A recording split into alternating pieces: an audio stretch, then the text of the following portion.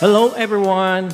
Our today's video, it's about restaurant naman. You know guys, panmigi ko yung vlog at travel going Binalbagan or Himamaylan. Wagi ko ka-notice nga may ara the best nga restaurant somewhere sa Binalbagan. Antes ang taytay the vlog going Himamaylan. Guys, amo ni siya ho, ang Mary's, where kitchen is seasoned with love. Katahong, no? Okay guys, sulod na bla. Let's check it out. Okay, pag sulod mo pa lang, katahong ng ilang pag-setup ng ilang wall. Sa mga table setting nila. Kasimple lang pero ma-appreciate nila. Kung parte naman sa food na gina-serve nila, hindi man sila magpaperde. Ari, interviewin natin ang owner, si Mary Gid mismo. Hello everyone, this is again Hellboy Par Vlogger Channel and kita subong sa Binalbagan pa yung area. So, wagi ko may expect na mayari diri place nga kompleto so from seafood to domestic pag sa mga menu ari dito na ari sa kay Miss Mary. Hello. Okay, congratulations. Kag ari introducing mo nga place sa Binalbagan. Alright. Hello everyone, I'm Mary. I would like to invite you all here sa Barangay Paglaong Dos, Binalbagan. Actually, along National Highway lang din siya. Ang taytay, nga makita yung taytay, if you're going south, ara sa left side. Very visible. Yes, yes. Portion Bridge na, di mo dito. Kaya ara makita sa first na intro ko. So, kung tanong, saan nag-start? Okay, so... Actually, nag-start sa ano lang? Alright. It all started during pandemic. So, it was 2020. Yeah, and then, actually, nag-start kami first gate, nagluto lang ko sa balay.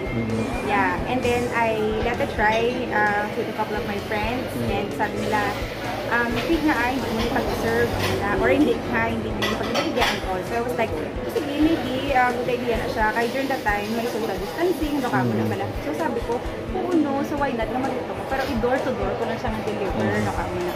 And then, so nung isang na-lift up na yung quarantine, I dealt parang 2 tables na siya at that time. Yeah, so actually literal siya that time, do kapihan lang din. Until some of my customers actually, big shops na sila.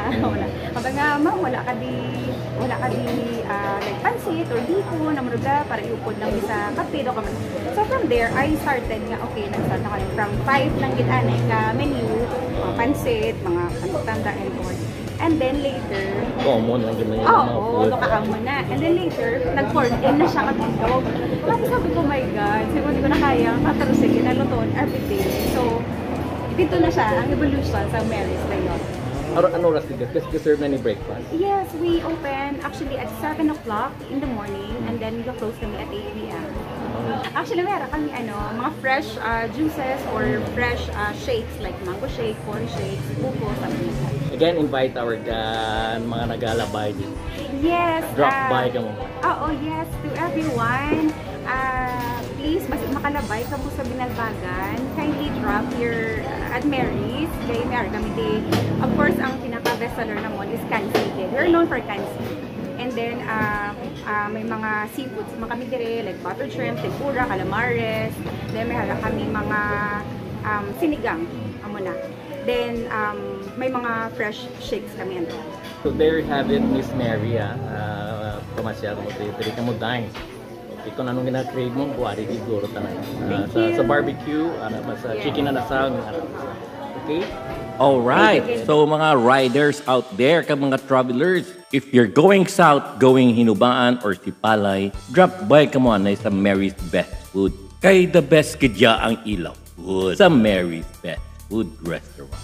See you!